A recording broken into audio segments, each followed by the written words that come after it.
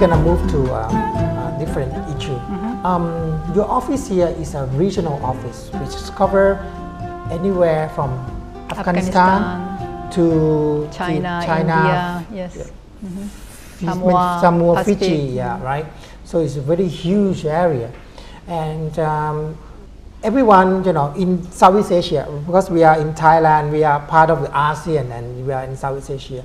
And as you might know, everyone is now pay a lot of attention to Myanmar or Burma. You know, also can you tell us a bit about your activities, because everyone is going to go inside Burma now. Maybe I think ITU also probably have also start some activity there. Could you tell us what have you been doing there? Thank you very much. It's very important actually question, especially very important country called Myanmar.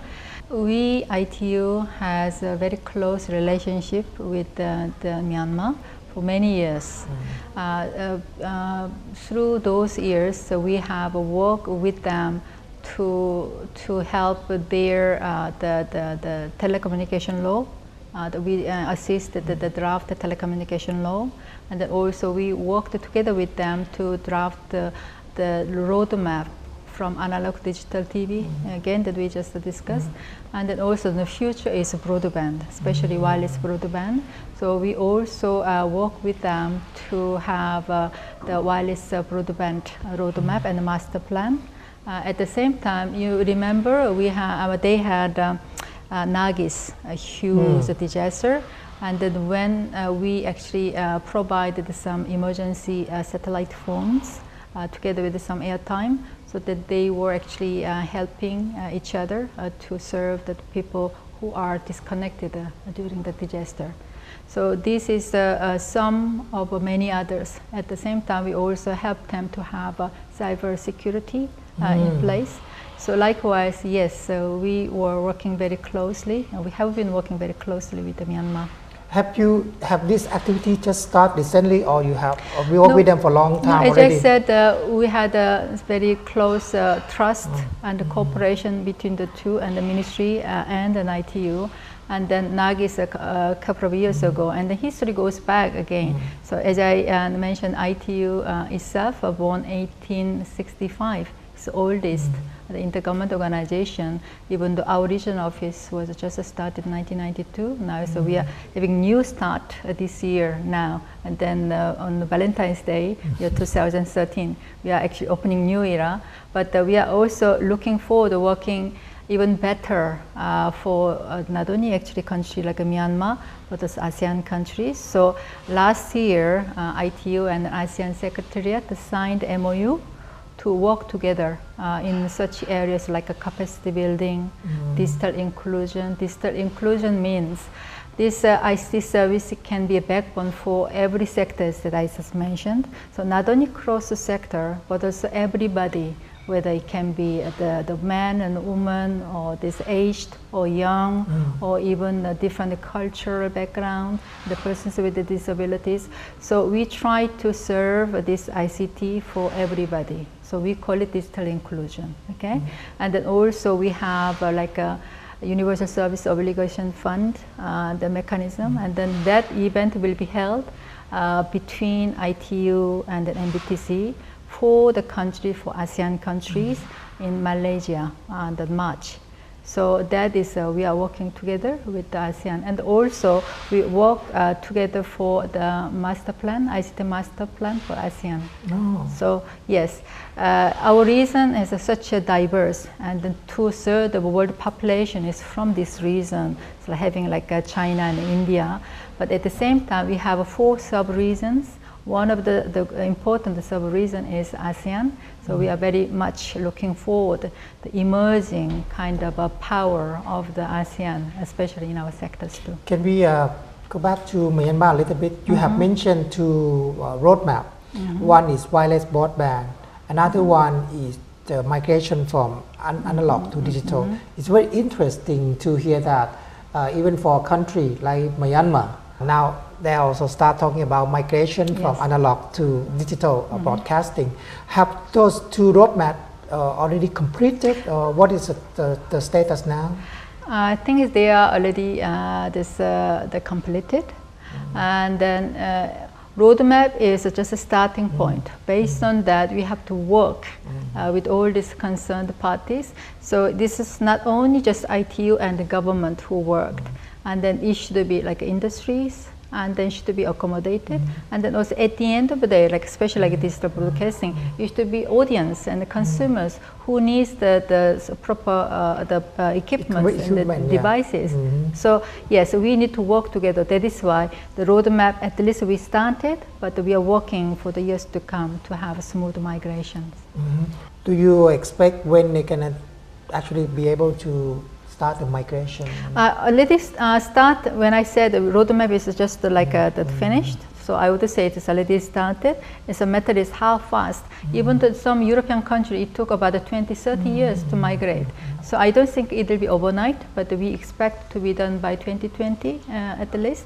Yes, I know Myanmar is one of the rare countries in our region where you have even mobile penetration is around 5%. But the government has very ambitious the plan to increase that the penetration rate at a certain time frame. So I would like to encourage them to come and then more actively engage with this us so that they can benefit more and better. Yeah, you just mentioned that the penetration of mobile phone in Burma is just 45%, and now they start talking about moving analog to digital. So do you expect, the penetration and of the mobile phone in Myanmar to grow up very quickly in the coming year? As I said, it's not actually ITU, but this is like some determination, political will from the government to place of the policy should be placed, and followed by regulatory frameworks and industry to be ready.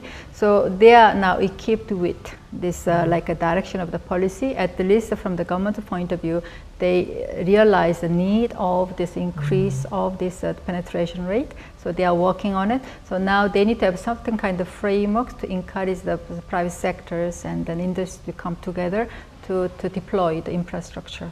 So yes, it will come, but it may take a little bit more time, but I hope that they will come soon.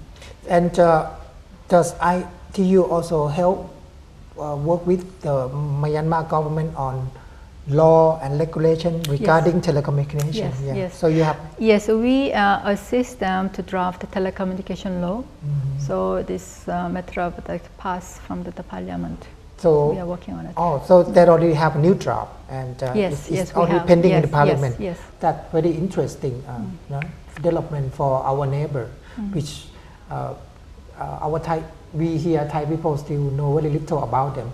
Can you mention a little bit another main neighbor? We heard that you might have some major event in Cambodia later this year. Yes, middle of this year. In fact, through kind support from the Cambodian government, we are organizing a very important regional event called the Regional Development Forum on 29th of April this year, followed by, we call it Regional Preparatory Meeting for World Telecommunication Development Conference. We call it RPM for WTDC. So in ITU, we have a different sector, 3 main sectors: standardization, regulation, and development. And then one of the main events is World Telecommunication Development Conference to be held in Cairo, in Egypt, in fact, 2014.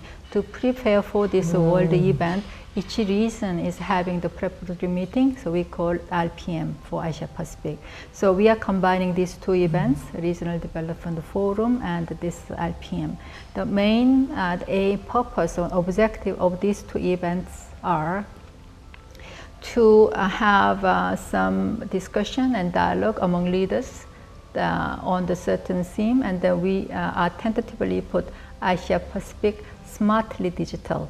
Okay, so that we are looking into the needs of the infrastructure, and then we are talking about some global and then broader issue of inclusion from the gender, youth, and disability, accessibility, and all this, and then bring together about cross-cutting of sectoral development. And then at the end of that event, we expect some kind of areas, priority areas for next 4 years cycle, so that we can actually help and assist better for needs of our region. Our region is such a diverse, as we mentioned. We have a largest population like China, India on one hand. We also have very smallest country in the Pacific. And the gap is the widest. From we have a number 1 in terms of our development index, like Republic of Korea number 1, and then the lowest, like a 142. I'm not going to name the country, okay? Which means we have such a widest digital gap. So our main homework and then challenge is how to bridge this digital gap to have a certain fair and then efficient communications tools that we enjoy every day. Yeah, it looks like your office here, gonna be very, very, very busy in the coming year. And our programs, Eye on the Beach would like also to congratulate you to move to this very spacious and beautiful news office. Thank you very much, Dr. Kim, for spending your busy time with our program today. And we hope that we will have your support and to join our program again in the near future. Thank you very much, Dr. Kim. Thank you very much for inviting ITU to your very precious program. Looking forward to working closely again together to have a successful Telecom World and the Connect Summit in our region, especially in Thailand, Bangkok. Thank you.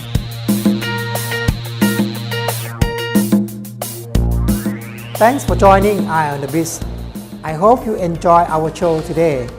You can see that Bangkok is very fortunate to house an important organization like ITU.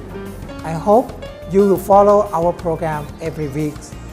Eye on the Beach broadcast on Brk03 every Saturday and will rerun on Mondays and Thursdays. Thank you and bye for now.